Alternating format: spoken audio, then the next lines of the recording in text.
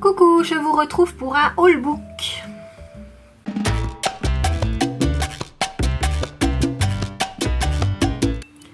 Bonjour Kiki. Salut. Donc je vous retrouve pour vous parler de mes derniers achats livres. Alors ce n'est que des occasions, c'est-à-dire que c'est des livres que j'aurais achetés soit dans des fêtes du livre, des bourses aux livres, sur le site Price Minister, tout ça, ce sont tous des livres d'occasion. Il n'y a rien de neuf. Et donc je me suis constitué une palle, j'ai envie de vous dire, énorme. Et donc ce sont tous des livres donc, qui ne sont pas neufs, donc ce sont des vieilles éditions, mais voilà, c'est des livres que vous êtes susceptibles d'avoir vous déjà lus. Donc si c'est le cas, j'aimerais que vous mettiez en commentaire ce que vous avez pensé du livre, sans me spoiler l'histoire, bien sûr, mais seulement si vous avez aimé, voilà, si vous avez trouvé ça bien ou pas, voilà. Juste voilà, me donner une petite idée un peu de ce que vous avez pensé de ces livres. Donc ben, on va commencer, hein, c'est parti. Alors, il faut savoir que je vais avoir bientôt 40 ans, hein, n'est-ce pas? Et pourtant je lis pas mal, hein, je lis pas mal, mais je crois que je vais peut-être certainement vous surprendre, mais je n'ai jamais lu de ma vie un livre de Stephen King. Jamais. Je vous jure, c'est vrai. Donc j'en ai profité, voilà, j'étais à une foire aux livres, hein, pas très loin de chez moi, et du coup du King, je veux dire, ça fait tellement longtemps qu'il écrit que des livres d'occasion sur King, vous en avez au large. Donc du coup j'en ai choisi deux, j'ai pris Salem et Charlie de chez Stephen King. Donc c'est deux livres de poche, hein, J'ai lu et Presse Pocket, que j'ai payé je crois 40 centimes pièce, enfin vraiment pas cher du tout, donc histoire de me... voilà, de pas mourir idiote et d'avoir lu au moins une fois du Stephen King. Donc du coup j'en ai pris deux, donc bon, je pense que vous connaissez largement. Donc je vous redirai, hein, je vous donnerai mon avis là-dessus. Ensuite j'ai pris, pareil, une auteure que je pense que vous connaissez déjà pas mal pour ceux qui aiment lire. C'est Catherine Pancol. Donc Les yeux jaunes des crocodiles, donc je crois qu'il y a une trilogie, hein, il me semble. Donc voilà, donc ça c'est le premier. Donc au livre de poche, édition livre de poche. Voilà, ça je pense pareil, à mon avis vous connaissez déjà. Mais je pense que la plupart, honnêtement, peut-être pas tous, mais je pense qu'il y en a que vous connaissez déjà. Un classique donc, que j'avais déjà lu, mais que je n'avais pas dans ma bibliothèque. Le Petit Prince de Saint-Exupéry. Je voulais absolument l'avoir en livre. C'est pareil, c'est un livre que j'aimerais absolument avoir. Donc, c'est Alice au Pays des Merveilles. Je n'ai pas de bouquin, je n'ai pas de, voilà, j'ai pas le livre Alice au Pays des Merveilles. En plus il en existe des magnifiques, donc j'aimerais me faire plaisir et je pense qu'un jour ou l'autre je m'achèterai une belle édition d'Alice au Pays des Merveilles, ça c'est sûr. Et donc je me suis pris Le Petit Prince, quoi. Le Petit Prince pour moi c'est un des livres que tout le monde devrait avoir dans sa bibliothèque. Donc j'ai déjà relu, j'avoue que je crois qu'en une soirée, je l'avais dévoré. Bon, en même temps, il est hyper easy à lire. Enfin, voilà, mais j'adore, quoi. Franchement, pour moi, c'est un incontournable et il devrait être lu obligatoirement à l'école. C'est la version avec les dessins de Monsieur Exupéry. Mais franchement, voilà. Je l'avais pas, je l'ai. Je suis contente. Pareil, un autre auteur que je n'ai jamais lu. Non mais vous allez vous dire, mais la nana lit. Mais je lis toujours le même style. J'ai tendance à lire souvent le même style de bouquin en fait. Et je lis énormément de polars. Hein. Les polars, j'en ai lu plein. Je me souviens que ado, je m'étais fait des Marilyn Clark plein. Enfin voilà, ado. Hein. Ouais, quoique maintenant, je pense que j'en ai lu un il n'y a pas si longtemps que ça. Il y a peut-être 2 ou 3 ans. Mais voilà. Ça j'ai pas fait encore. Maxime Chatham, je n'ai jamais lu de Maxime Chatham.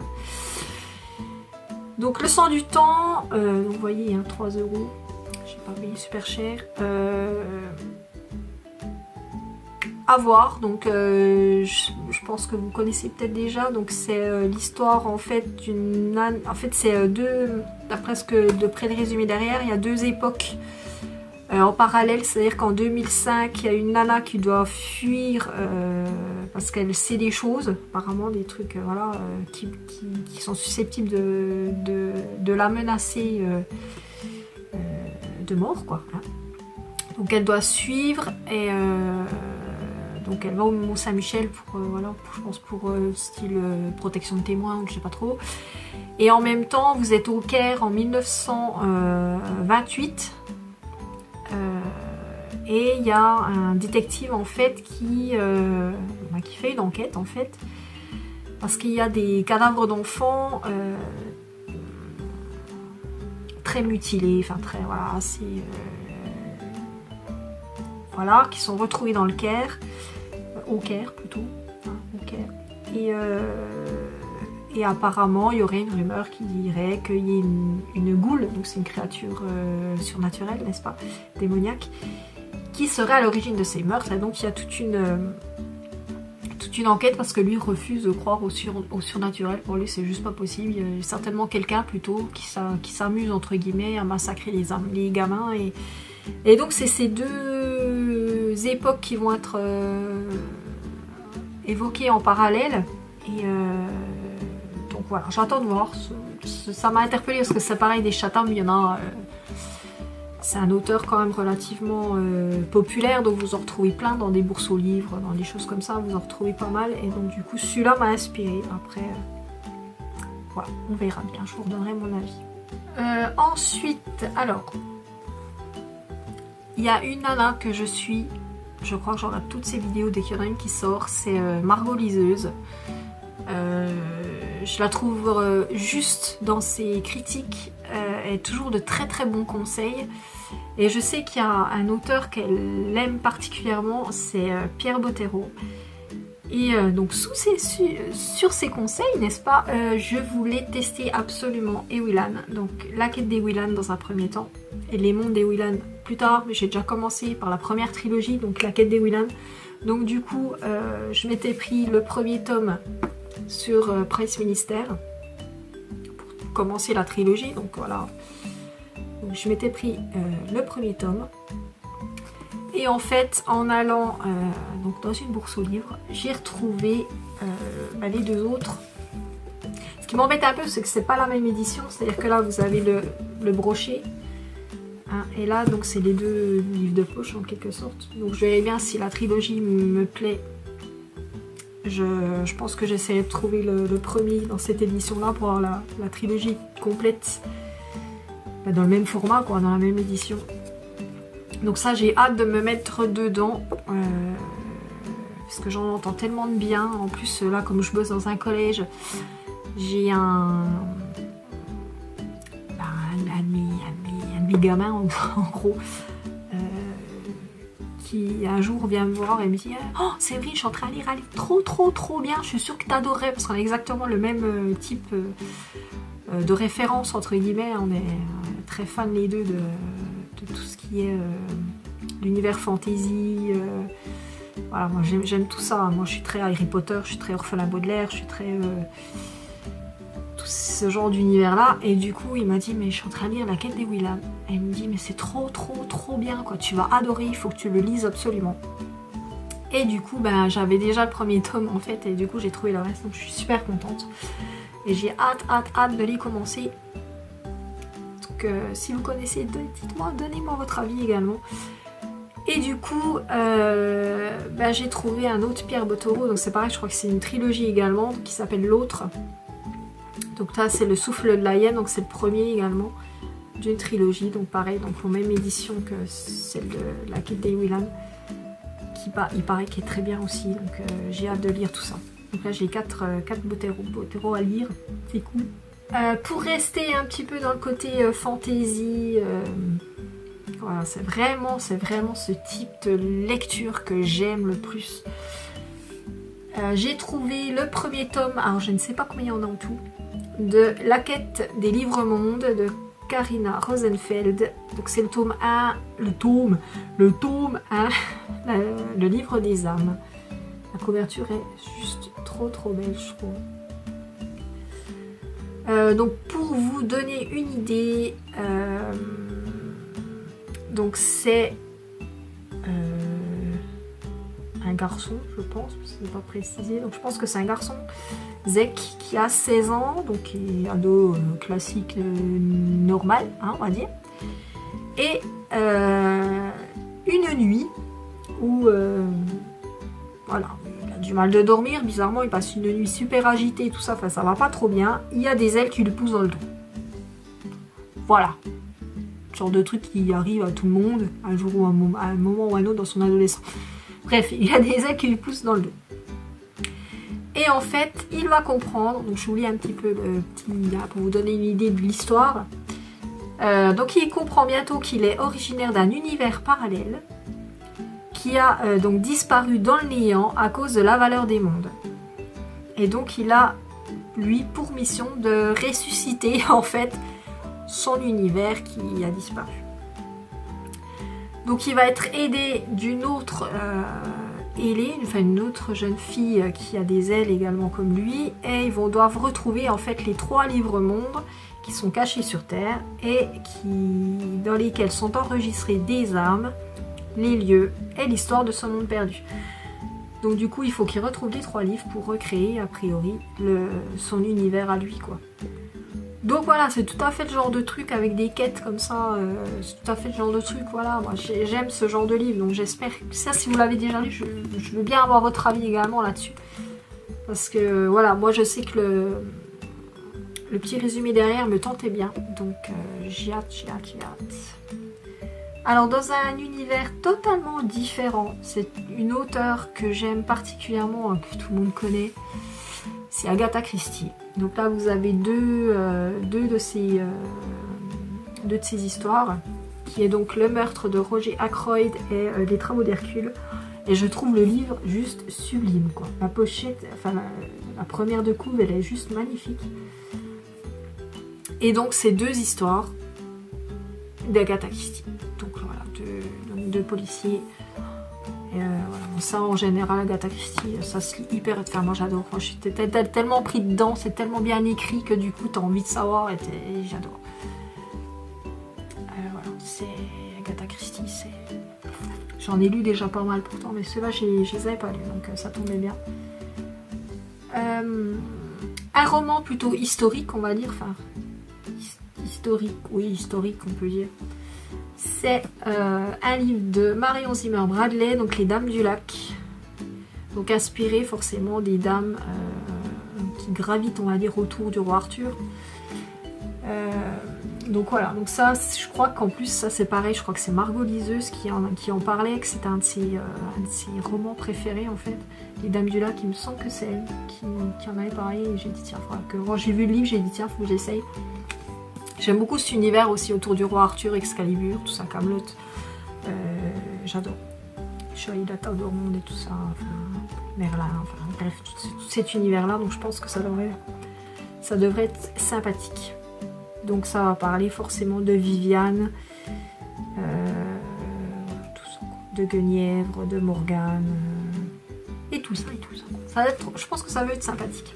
Ensuite, dans une lecture un peu plus légère, on va dire, parce que des fois j'ai besoin de bouquins aussi un petit peu feel good, entre guillemets, des trucs pas trop prise de tête, t'as pas trop, tu vois, t'as juste à lire et ça se lit vite, et puis tu vois, c'est... voilà, c'est pas, tu vois, c'est pas super... Putain, je pense à des trucs, voilà, je sais pas, je pourrais pas te dire là comme ça, mais voilà, c'est tout à fait le genre de lecture, là, tu vois, le diable vit à Notting Hill, de Rachel Johnson. Donc pour moi c'est des petites lectures, tu sais, tranquilles, qui se lisent vite, tu vois, des petites histoires de filles, enfin des trucs un peu, tu vois, un peu girly, un peu histoires d'amour, machin, truc, un peu rigolote, un peu, tu vois, des petits trucs qui se lisent très vite, et puis que voilà, ça fait du bien, toi, d'être dans des trucs un peu plus fun, enfin, tu vois, un peu plus, voilà, moins forcément dans des trucs tristes ou suspense, ou voilà, où c'est toujours... oh mon dieu, va-t-il survivre dans ce monde de fou? En fait, tu vois. Que là, au moins, c'est assez terre à terre quelque part. En fait, c'est une histoire que tu pourrais vivre finalement, tu vois. Donc là, c'est l'histoire de 2 filles, moins de 40 ans, un peu ma tranche d'âge, Claire et Mimi, qui sont mariées, qui sont copines, qui sont voisines, où tout va bien en fait, voilà, elles sont... ça va tout bien, et puis en fait t'as un milliardaire américain célibataire et des démon tentateur qui arrivent, donc pas très loin de chez elle, je pense. Donc a priori, ça a l'air d'être marrant, parce qu'ils disent que voilà, tu rigoles bien, quoi. Donc ça, voilà, j'attends pas grand-chose de ça, honnêtement.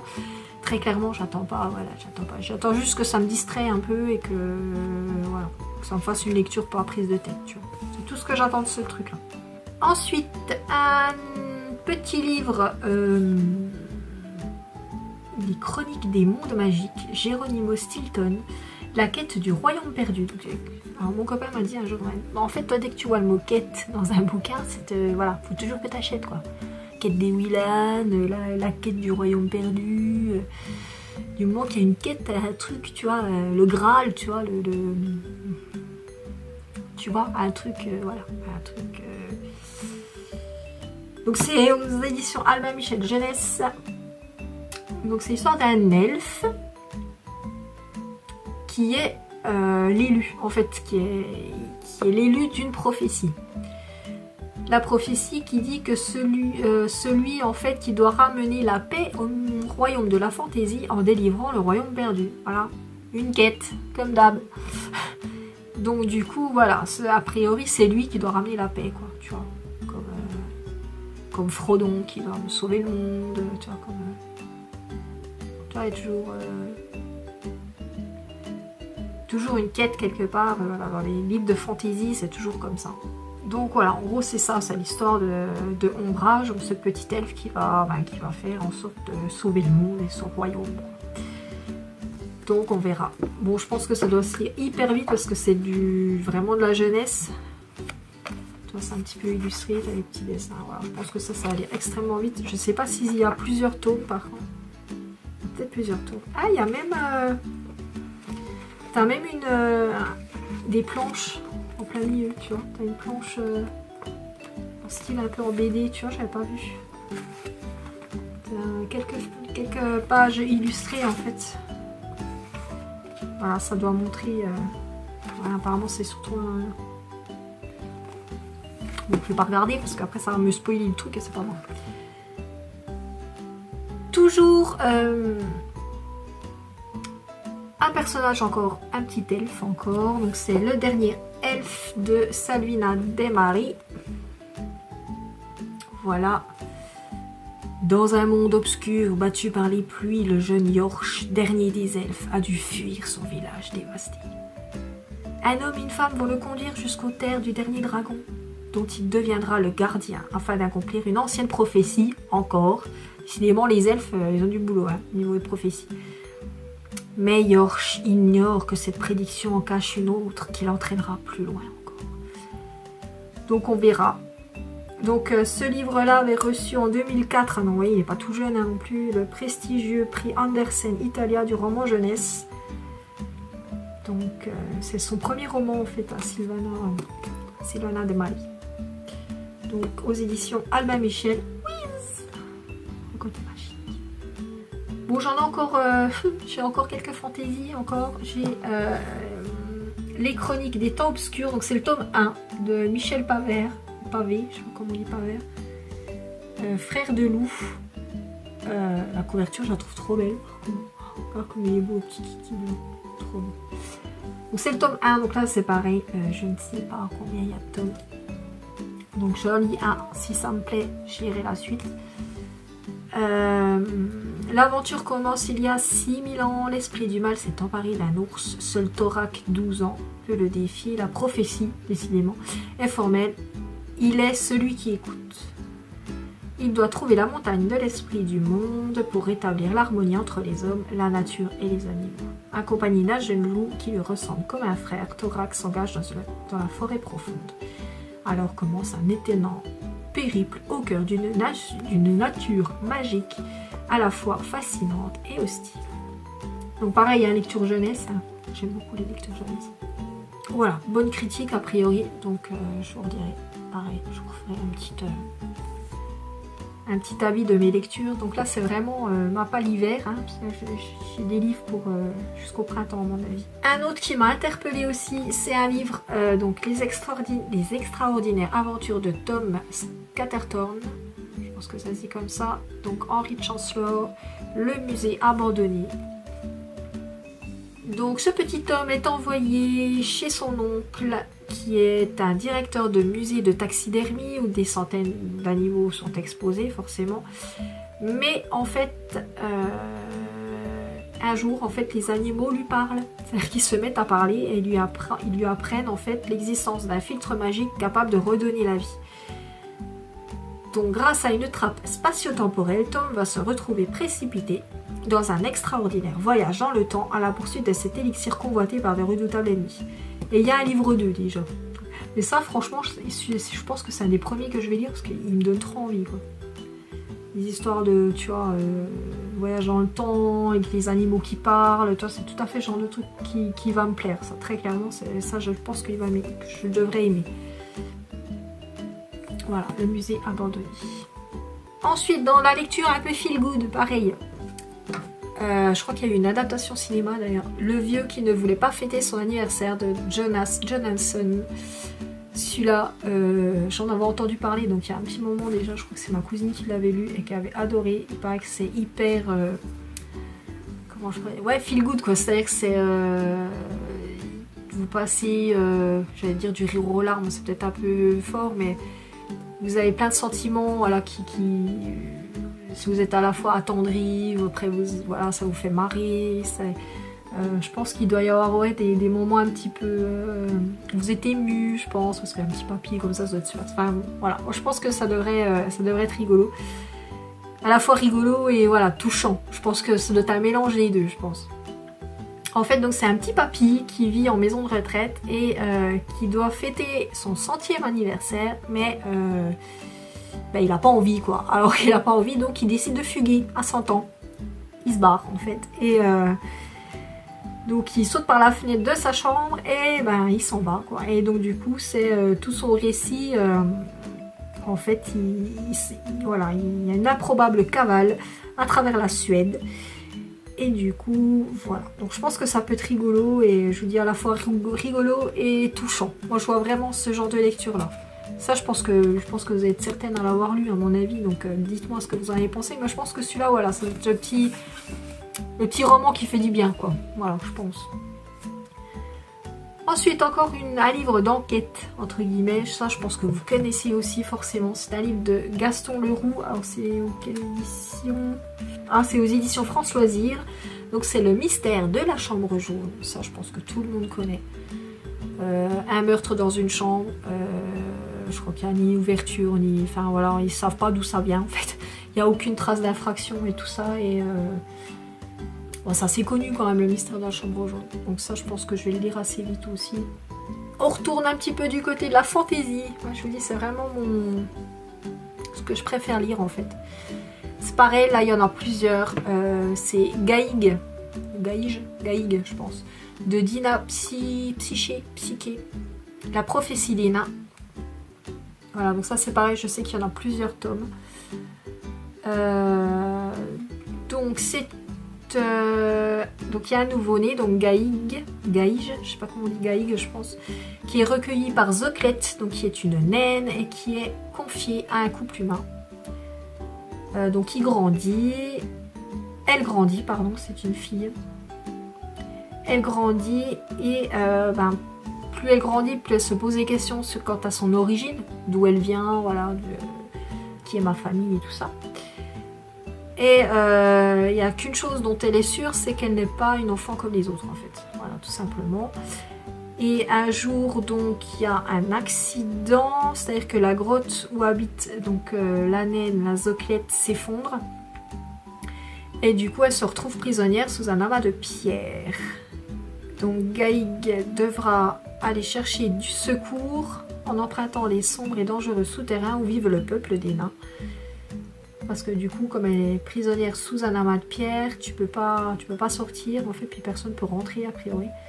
Donc c'est en évoluant dans les entrailles de la terre où elle devra affronter d'étranges créatures que Gaïg découvrira peu à peu qui elle est et quelle sera sa destinée. Donc ça c'est pareil, je sais qu'il y en a plusieurs aussi. Donc je vais déjà lire le premier, après on verra si je poursuis ou pas, si ça me... Voilà, ça me donne envie de lire la suite. Pareil, un roman dont j'avais entendu parler également, c'est le cercle littéraire des amateurs d'éplucheurs de patates de Marianne Schaeffer et de Annie Barrows. Donc là c'est aux éditions Piment. Voilà, donc je crois que c'est une correspondance, c'est un roman épistolaire, je crois que c'est un échange de lettres, ouais c'est ça. C'est un échange de lettres en fait, donc je vous lis derrière, Juliette, jeune écrivain londonienne, est en mal d'inspiration, comment pourrait-elle imaginer que la lettre d'un fermier de l'île de Guernesey lui fournissent la solution? C'est par ce courrier anodin qu'elle découvre l'existence d'un cercle littéraire hors du commun, créé par les gens de l'île pendant la guerre pour tromper l'ennemi et embellir leur quotidien. Au programme dégustation secrète de cochon rôti et partage de belles lectures, au fil des lettres échangées avec les insulaires, Juliette s'attache à ses destins à la fois bouleversants et loufoques. Elle décide de partir à la rencontre de la petite communauté. Ce dont elle ne se doute pas encore, c'est que ce voyage changera à jamais sa vie. Ouais, moi j'avais entendu beaucoup de bien de ce livre, donc quand je l'ai vu, j'ai dit pourquoi pas. Quand vous l'achetez d'occasion comme ça, c'est des livres qui reviennent vraiment pas très cher, donc c'est cool. Et j'en ai encore deux, vous voyez j'ai une palle, j'ai de quoi faire pour cet hiver, quoi. Là ça va être la période où on va se mettre, vous savez, sous les plaids comme ça, tranquillement, parce qu'il fait moche dehors et tout ça, donc c'est l'occasion de lire et de dévorer des bouquins. Pareil, une autre, je crois que c'est deux petites lectures feel good, comme j'appelle ça. Donc, aux éditions Pocket, un livre de Sophie Kinsella, Samantha bonne à rien faire. Voilà. Alors, ni soirée, ni week-end, ni vacances, ni amoureux, Samantha, la trentaine, ne vit que pour son job d'avocate d'affaires et pour sa future promotion. Et oups, la gaffe, elle fait perdre à son meilleur client plus de 50 millions de livres. Sympathique. Désespérée, elle prend la fuite à la campagne et se fait embaucher comme gouvernante, micro-ondes, fer à repasser, aspirateur. Samantha découvre un monde inconnu peuplé d'objets étranges. Et le dernier livre, c'est La ferme de Cousine Judith, donc c'est aux éditions Françoisir. C'est un livre de Stella Gibbons, je sais même plus lire quoi. Donc voilà, donc une jeune londonienne débarque chez ses cousins fermiers du Sussex. Une comédie hilarante, un bijou de littérature anglaise. Donc c'est Flora qui se retrouve orpheline et sans argent à 19 ans. Elle décide d'aller vivre chez ses cousins qu'elle n'a jamais rencontrés, qui sont propriétaires d'une ferme au fin fond de la campagne anglaise.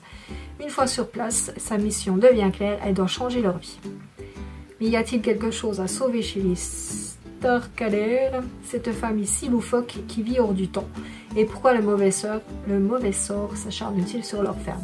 Donc ça c'est tout à fait, vous savez, le genre de livre qui pourrait inspirer les téléfilms, vous savez, sur M6 ou sur TF1, les trucs... voilà, les trucs où tu réfléchis pas, tu vois, comme les petits téléfilms de Noël, tout ça, tu vois, les trucs où tu regardes pendant 1 heure et demie, tu n'as rien à penser, tu as juste à lire tranquillou, ben là, à lire, ou à regarder, et puis voilà, tu t'oublies un petit peu tout. Et ben voilà, je vous ai fait... Ah, donc vous voyez, j'ai quand même pas mal de trucs à lire. Je dois avoir une vingtaine de bouquins. Et plus ceux que j'avais déjà, parce qu'il y a des choses déjà que j'avais à lire. Donc ça va me permettre de passer l'hiver tranquillou, sous mes plaids, au chaud, avec un petit thé, le petit chat qui fait dodo. Et de passer des beaux moments... tantôt angoissantes par des thrillers, tantôt réconfortantes par des romans feel-good, tantôt aventurières par des romans fantasy et des quêtes, des quêtes de prophétie et tout ça. Donc ça va être cool. Donc si vous avez lu ces livres-là, enfin ou certains de ces livres-là, n'hésitez pas à me le dire en commentaire, de me dire ce que vous avez pensé, si vous avez aimé ou pas, sans trop me raconter l'histoire, parce que si je n'ai pas lu encore, ça va être un peu compliqué pour vous donner mon avis également. Lisez des livres, faites-vous plaisir, il y en a pour tous les styles de toute façon. Vous trouverez forcément un roman, un style de lecture, un style littéraire qui vous plaira forcément, que ce soit du thriller, de la fantasy, des romans, tout quoi. Voilà. Il y a tous les styles différents. N'hésitez pas à me partager vos lectures actuelles. S'il y a des livres que vous êtes en train de lire en ce moment, que vous avez un gros coup de cœur pour ce livre-là, n'hésitez pas à me partager. Comme ça, j'irai voir un petit peu et ce sera bon. J'ai déjà de quoi faire, mais d'éventuelles prochaines lectures. Je vous fais des gros bisous. Je vous dis à mercredi prochain pour une prochaine vidéo. Prenez soin de vous. Bye.